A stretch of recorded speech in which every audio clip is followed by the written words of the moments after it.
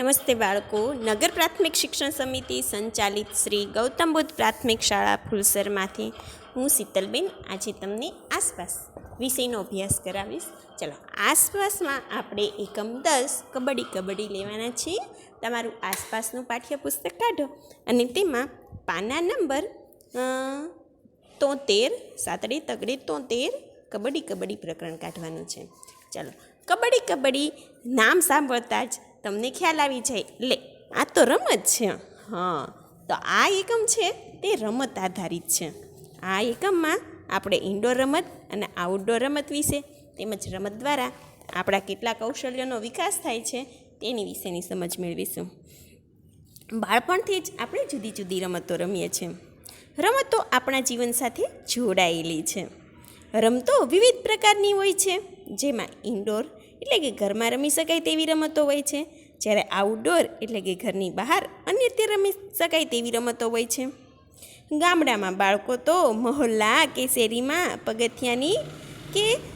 પગથિયાને ચડ ઉતર કરવાની રમત, કા સંતાકુકડી, લંગડીની રમત, ગિલ્લી દડાની, ગિલ્લી અને દડો તે રમત તો તમે સાંભળી જ હશે, અથવા અલગ અલગ રમતો રમતા હોય છે. જ્યારે શાળામાં કઈ રમત રમતા હોય છે, શેરી મહોલ્લામાં અને ગામડામાં ખેતરના સીમમાં ત્યાં કઈ રમતો, તો કે ગિલ્લી દડા, લંગડી, પછી લગીદા, નારગેલ્યો, એવી બધી રમત રમતા હોય. જ્યારે શાળામાં કઈ રમત રમાતી હોય, તો કે શાળામાં kabaddi, kho kho, volleyball, cricket, basketball.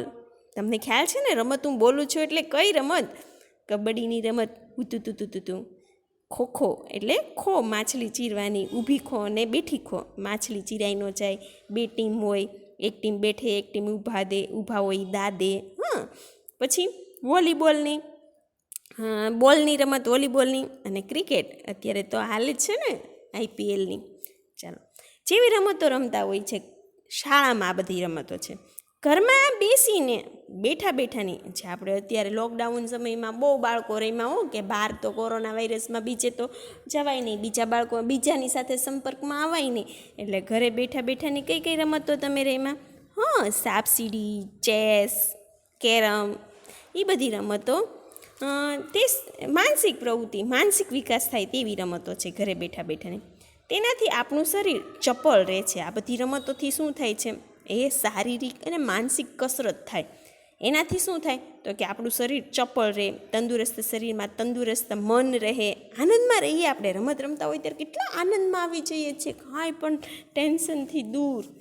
આ યથાર્થ કરવામાં આવે છે કે આપણા જીવનમાં રમત અને કસરતને મહત્ત્વ આપવામાં આવ્યું છે. યોગ, પ્રાણાયામ, રમત. આ ઉપરાંત રમતગમતથી શું બીજું જાણવા મળે? તો કે શિસ્ત. એકબીજા સાથે તમે શિસ્તમાં, ભાઈચારાની ભાવનાથી તમે ટીમમાં સાથે જોડાઈને રમત રમતા હો છો. ખેલદિલીની ભાવના જાગે છે, સંઘ ભાવના જાશે, એકતા, એક સાથે રહેવાની, તમારી ટીમને વિજય બનાવવાની, એવી ભાવનાનો વિકાસ થાય છે. વગેરે ગુણોનો વિકાસ થાય છે. આપણા વિવિધ કૌશલ્યોનો વિકાસ થાય છે. આપણું તન તેમજ મન પ્રફુલ્લિત રહે છે રમત દ્વારા.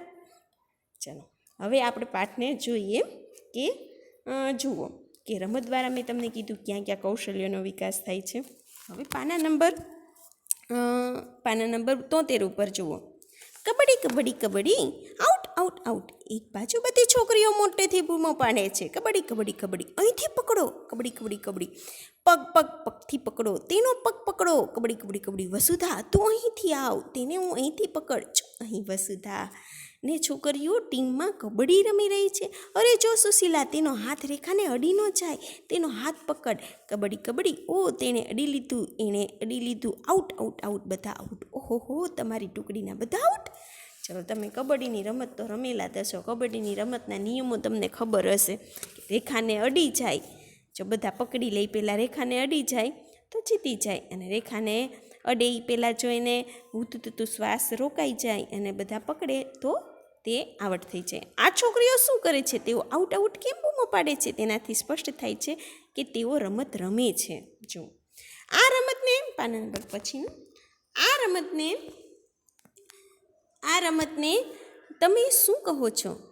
અલગ અલગ રાજ્યમાં અલગ અલગ રીતે નામ આપે છે. આપણે એક સાથે શ્વાસ શ્વાસ ભરીને કબડ્ડી કબડ્ડી કબડ્ડી કબડ્ડી કબડ્ડી કબડ્ડી કબડ્ડી કબડ્ડી કબડ્ડી બોલતા બોલતા રમત રમીએ છીએ. શ્વાસ રોકાઈ જાય, કબડ્ડી બોલવાનું અટકાઈ જાય તો આવડ થઈ જાય છે. જ્યારે અલગ રાજ્યમાં, બીજી રાજ્યમાં કઈ આ રમતને કહે છે તો કે ચેડુગુડુ ચેડુગુડુ ચેડુગુડુ ચેડુગુડુ ચુકીટ ચુકીટ ચુકીટ કિટ કિટ કિટ કિટ કિટ કિટ કિટ કિટ કિટ એમ અલગ અલગ શબ્દ બોલીને આ રમત રમે છે. સમજાય છે? અથવા કબડ્ડી કે કંઈક બીજું જ એવા શબ્દથી આ રમત રમતા હોય છે. ત્રીજો ફકરો. જ્યારે શ્યામલાને છોકરીઓ ઘેરી વળી અને પકડી લીધી ત્યારે બધાએ વિચાર્યું કે આઉટ થઈ ગઈ. કોઈકે તેના પગ પકડ્યા, કોઈકે તેના હાથ પકડ્યા. જો ચિત્રમાં દેખાય છે, જ્યારે એક છોકરીએ તેને કમરથી પકડી લીધી. પરંતુ શ્યામલા હાર માનવાવાળી નહોતી, જીગરવાળી હતી, ઉત્સાહી હતી. એના મનમાં એમ જ હતું મારે જીતીને જ રહેવું છે, એટલો ઉત્સાહ હતો. જો પરિસ્થિતિ કેટલી વિપરીત આવી છે, તેને આઉટ કરવા માટે બધા મથામણો કરે છે, પણ શ્યામલા એ આઉટ થાય તેમ નહોતી. તેણે વધુ તાકાત લગાવી, પોતાની જાતને ખેંચી અને મેદાનની મધ્યમાં રહેલી રેખાને અડવામાં સફળ થઈ ગઈ. એટલે કોણ જીત્યું હવે? શ્યામલા. જ્યારે શ્યામલા રેખાને અડી ત્યારે સામેની ટુકડીની બધી છોકરીઓ તેને પકડી અને તેથી તેઓ બધી આઉટ થઈ ગઈ. પરંતુ રોજીએ દલીલ કરી કે શ્યામલાએ વચ્ચે શ્વાસ લીધો એટલે ટુકડી આઉટ ગણાય નહીં. એમ કે વચ્ચે એણે શ્વાસ લઈ લીધો, શ્વાસને અટકાવ્યા વગર કબડ્ડી કબડ્ડી બોલીને રેખાને અડી જાય તો જીત મળે. શ્યામલાએ તો શ્વાસ રોકી લીધો હતો. શ્યામલાએ કહ્યું તે સાચું નથી. તેણે કહ્યું કે જો તેણે શ્વાસ લીધો હતો તો કેમ છોકરીઓએ તેને પકડી રાખી? ત્યાં મોટી દલીલ ચાલી અને અંતમાં શ્યામલાની વાત માનવામાં આવી કે તે જીત મેળવી ચૂકી છે. ચાલો, જો જ્યારે શ્વાસ રોકે ને ત્યારે એને કબડ્ડી આ રમતના નિયમો તમને કબડ્ડીમાં કે રેખાને શ્વાસ કબડ્ડી કબડ્ડી કબડ્ડી એક સાથે બોલી અને અડવાનું હોય છે. તો શ્યામલા અત્યારે જીતે છે. કબડ્ડીની એક ટીમમાં કેટલા ખેલાડીઓ હોય છે? તમે સ્કૂલમાં આપણી શાળામાં કબડ્ડી રમતા હશો તો કબડ્ડીની એક ટીમમાં કેટલા ખેલાડીઓ હોય છે? અહીં જવાબમાં તમારે લખવાનું છે કે કબડ્ડીની એક ટીમમાં 12 ખેલાડીઓ અને રમતમાં એકસાથે 7 ખેલાડીઓ હોય છે. કે એક ટીમ હોય ને તો 12 ખેલાડીઓ હોય, પણ અમથા તમે રમતા હોય તો 7 ખેલાડીઓ સાથે તમે રમી શકો છો. ચાલો, બીજો પ્રશ્ન કે શ્યામલા મધ્ય રેખાને અડી ત્યારે કેટલા ખેલાડીઓ આઉટ થયા? કે શ્યામલા મધ્ય રેખાને અડી ગઈ. જો એ રેખાને અડે ને તો એણે બધા એ પકડેલા હોય ને એ બધા આઉટ ગણાય છે. તો શ્યામલા મધ્ય રેખાને અડી ત્યારે સામેની ટીમના બધા જ ખેલાડીઓ આઉટ થઈ ગયા. સામેની ટીમના બધા ખેલાડીઓ આઉટ થઈ ગયા. તમે રમતા હો તે વખતે કોઈ વિવાદ થાય તો શું કરો છો? તો તમે રમતા હો તો ત્યારે વિવાદ થાય તો શું કરો? તો રમતી વખતે કોઈ વિવાદ થાય તો પ્રથમ અમે અમારો મત પ્રકટ કરીએ છીએ કે અમે આ બાબતે સાચા છીએ અને સામેના પક્ષવાળા ખોટા છે, એ માટે અમે દલીલ કરીએ છીએ. ઘણીવાર ઉગ્ર દલીલો થાય છે ત્યારે વડીલોની મદદ લઈએ છીએ અને આખરે શું જવાબ આવ્યો? સાચી રાય દ્વારા અમે જીત મેળવીએ છીએ.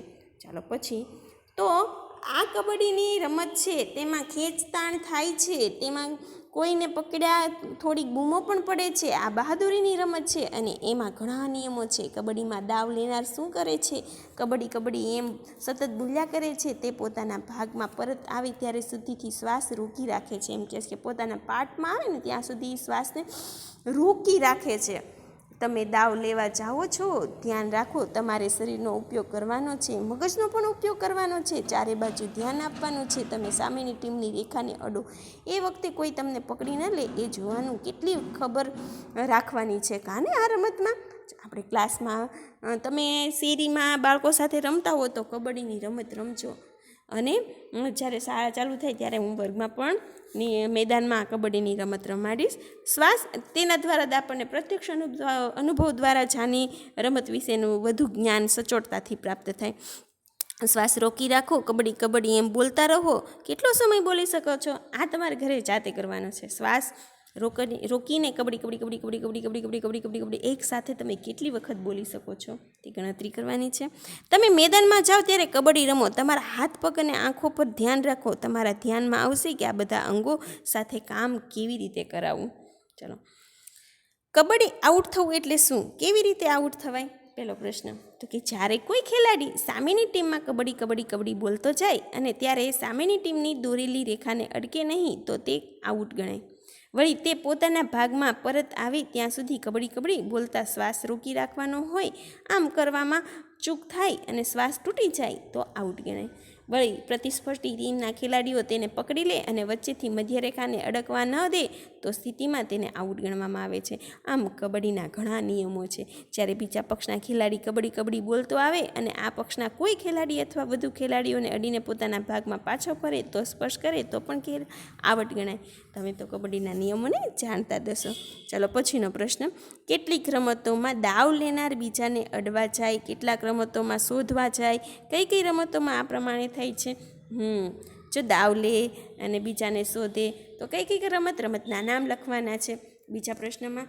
તો કે બીજા પ્રશ્નમાં ખોખોની રમતમાં, કબડ્ડીની રમતમાં, સાકરતાળીની, આંધળા પાટામાં, આંબલી પીપળીમાં, સાતોડીઓમાં વગેરેમાં દાવ લેવા જાય ને બીજાને અડવા જાય છે. સંતા કુકડી, આંધળો પોટો, યાદ રાખીએ છે. આ રમતના નામ લખવાના છે. ત્રીજો પ્રશ્ન. તમે બીજી કઈ રમતો રમો છો તેમાં દાવ લેનારે શું કરવાનું હોય છે? તો કે અમે બીજી કઈ તમે રમતો રમો છો?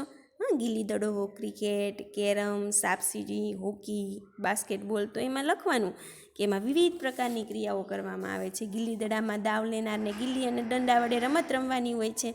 ક્રિકેટમાં દાવ લેનારને બેટ અને બોલ વડે રન લગાવવાના હોય છે. કેરમ કુકરીમાં સ્ટ્રાઇકર વડે કેરમ બોર્ડને ચારેય બાજુના ખાનામાં કુકરાને નાખવાના હોય છે. અલગ અલગ રમતમાં અલગ અલગ ક્રિયા કરવાની હોય છે. ચલો પાછળનું પાનું. પછીનું પાનું જુઓ બાળકો કે પાના નંબર કર્ણમ મમલેશ્વરી. કર્ણમ મમલેશ્વરીની વાત કરવામાં આવી છે. કર્ણમ મમલેશ્વરીની વાત કરવામાં આવી છે. કર્ણમ મમલેશ્વરી વેઇટ લિફ્ટર છે. વેઇટ એટલે કે વજન, લિફ્ટ એટલે ઊંચકવું. તે આંધ્રપ્રદેશની તેના પિતા પોલીસમાં છે. મમલેશ્વર, જો પહેલું હું કહું છું બાળકો, કર્ણમ મમલેશ્વરની વાત કરું છું કે એ કેટલી એનું નામ કેવી રીતે આગળ આવ્યું ને રમતગમત વિભાગમાં કર્ણમ મમલેશ્વર કેવી રીતે પ્રખ્યાત થઈ. તે આંધ્રપ્રદેશની છે. તેના પિતા પોલીસમાં છે. મમલેશ્વરીએ 12 વર્ષની ઉંમરે વજન ઉંચકવાની શરૂઆત કરી. હવે તે 130 કિગ્રા વજન ઉપાડી શકે છે. નાનપણથી તેનામાં કૌશલ્યનો વિકાસ થાય તે માટે તે પ્રયત્ન કરતી હતી. અત્યારે હાલમાં તે 130 કિગ્રા વજન ઉપાડી શકે છે. મમલેશ્વરીએ આંતરરાષ્ટ્રીય સ્તરે 29 ચંદ્રકો જીત્યા છે. જો આ યાદ રાખવાનું છે કે મમલેશ્વરીએ 29 ચંદ્રકો જીત્યા છે. તે કેટલું વજન ઉંચકી શકે છે? 130. આ પાકું કરવાનું છે. મમલેશ્વરીએ તેને 4 બહેનો પણ વેઇટ લિફ્ટ બનવામાં પ્રયત્નો કરે છે. પછીની 4 બહેનો પણ વેઇટ લિફ્ટ બનવામાં પ્રયત્ન કરે છે. ચાલો પછીનું જુઓ. સરિતા ગાયકવાડ વિશેની વાત છે. 1 જૂન 1994માં ડાંગ જિલ્લાના કરાડી આંબા ગામે જન્મેલ સરિતા લક્ષ્મણભાઈ ગાયકવાડ ગુજરાતની દોડવીર છે. જો આ ગુજરાતની છે. તે કર્ણમ મમલેશ્વરી આંધ્રની છે. સરિતા ગાયકવાડ, તે ગાયકવાડ ગુજરાતની છે. તેના માતા પિતા ખેતીકામ સાથે જોડાયેલા છે. સરિતા 400 મીટર અને દોડ અને 400 મીટર વિઘ્ન દોડમાં નિષ્ણાંત છે. તે શેમાં નિષ્ણાંત છે? તો કે 400 મીટરની વિઘ્ન દોડમાં નિષ્ણાંત. તે દોડી શકે છે ઝડપથી. એશિયન ગેમ્સ 2018માં તેણે 4x400 મીટરની રિલે દોડમાં સુવર્ણ ચંદ્રક પ્રાપ્ત કર્યો હતો. તેને શેમાં? તો કે દોડની સ્પર્ધામાં સુવર્ણ ચંદ્રક પ્રાપ્ત કર્યો હતો. યાદ રાખવાનું. હાલ સરિતા ગાયકવાડ ગુજરાત સરકારના બેટી બચાવો અભિયાનના બ્રાન્ડ એમ્બેસેડર છે. તો કે સરિતા ગાયકવાડ શું છે? તો કે ગુજરાત સરકારના બ્રાન્ડ એમ્બેસેડરનું કામ કરે છે. હવે 3 બહેનોની વાત છે. આ યાદ રાખજો. કર્ણમ મમલેશ્વરી કેવી રીતે પ્રખ્યાત થઈ રમતમાં, સરિતા ગાયકવાડ કેવી રીતે પ્રખ્યાત થઈ. હવે 3 બહેનોની વાત છે. 8 ફોટોગ્રાફ જુઓ. તેઓ સાદા સરળ દાદીમાં જેવા નથી લાગતા, પરંતુ તેઓ વિશેષ છે. ફોટોગ્રાફ 3 બહેનોનો છે. એનું નામ છે જ્વાલા, લીલા અને હીરા. તેઓ મુંબઈમાં રહે છે. તે ત્રણેય કબડ્ડી રમતમાં છે. કબડ્ડી રમતા હતા અને બીજાને પણ શીખવતા હતા. જ્વાલાએ કહ્યું કે જ્યારે અમે યુવાન હતા ત્યારે છોકરીઓએ ને આ રમત રમવાની છૂટ ન હતી. પહેલાં કબડ્ડીમાં લોકો વિચારતા કે જો છોકરીઓ આવી રમત રમશે તો તેમની સાથે કોઈ લગ્ન નહીં કરે, કારણ કે કબડ્ડીમાં તમે જુઓ છો કેવી રીતે અડવાનું દોડવાનું હોય છે. તેઓએ એવું પણ કહ્યું કે તેમણે કબડ્ડી રમવા છોકરાઓના કપડાં પહેરવા પડતા હતા, તેથી તે લોકોએ છોકરીઓને આ રમતથી દૂર રાખી હતી. પછીનો પાનામાં જો જ્વાલાને એમ કે શરૂઆતમાં આવું હતું કે છોકરીઓને રમતમાં આગળ નહોતા વધવામાં દેવામાં આવતા, કારણ કે ને સ્પોર્ટ્સ કપડાં પહેરવા પડતા. જ્યારે તેઓ નાના હતા ત્યારે તેમના પિતા મરણ પામ્યા. તેઓને તેમની માતાએ ઉછેર્યા. બંને માતા અને એના મામાએ એને સપોર્ટ આપ્યો. મામા કબડ્ડી અને ખોખો રમતા હતા. તેઓએ આ ત્રણેય છોકરીઓને કબડ્ડી રમવા માટે પ્રેરણા આપી. તો કે એની પાછળની પ્રેરણાદાતા કોણ હતા? તેના મામા અને એના મમ્મી. જ્વાલા અને લીલા તેમના અનુભવો વિશે વાત કરે છે. તેમના અનુભવ વિશેની વાત કરે છે કે 50 વર્ષ પહેલાં જ્યારે અમે કબડ્ડી રમવાનું ચાલુ કર્યું ત્યારે છોકરીઓને આ રમત રમવાની કોઈ તક મળતી ન હતી. તેમના માતા પિતા તેઓને રમવા દેતા ન હતા, પરંતુ અમને હંમેશા થતું કે અમે રમી શકીએ છીએ, અને મારા મામા અને માતાએ અમને સહકાર આપ્યો. અમે ત્રણેય આ રમત શીખી અને બીજી છોકરીઓ પણ અમારી સાથે જોડાઈ હતી. અમે કબડ્ડી ક્લબ બનાવી અને જે આજે પણ ચાલુ છે. તો એ 3 બહેનો અત્યારે શું કરે છે? કબડ્ડી ક્લબ બનાવીને એનું નામ પ્રખ્યાત થયું રમત જગતમાં. ખૂબ યાદ આવે છે. લીલા અને હીરાને એમની વાત યાદ આવે છે. હવે કોણ વાત કરે છે? તો કે લીલા અને હીરા વાત કરે છે કે તેઓ કહે છે કે હારી જવાની અણી પર હોય અને છતાંય જીત્યા હોઈએ એવું અનેક વખત બન્યું છે. એક વખત મેચ રમવા એક મોટા શહેરમાં ગયા. મેચ સાંજે 6:30 કલાકે હતી, એટલે સિનેમા જોવા ગયા. સિનેમા ચાલુ થયું અને થોડીક ધમાલ થઈ. મામા અમને હાથબત્તી ટોર્ચ લઈને શોધવા આવ્યા હતા અને શોધી પણ લીધા. આખરે મામાએ અમને ઠપકો આપ્યો. એ પણ અમને યાદ છે. એટલે રમતમાં રમતમાંથી કઈ કૌશલ્ય જીતે? તો કે જીત અને હારના બધા જ ગુણોનો વિકાસ થાય છે.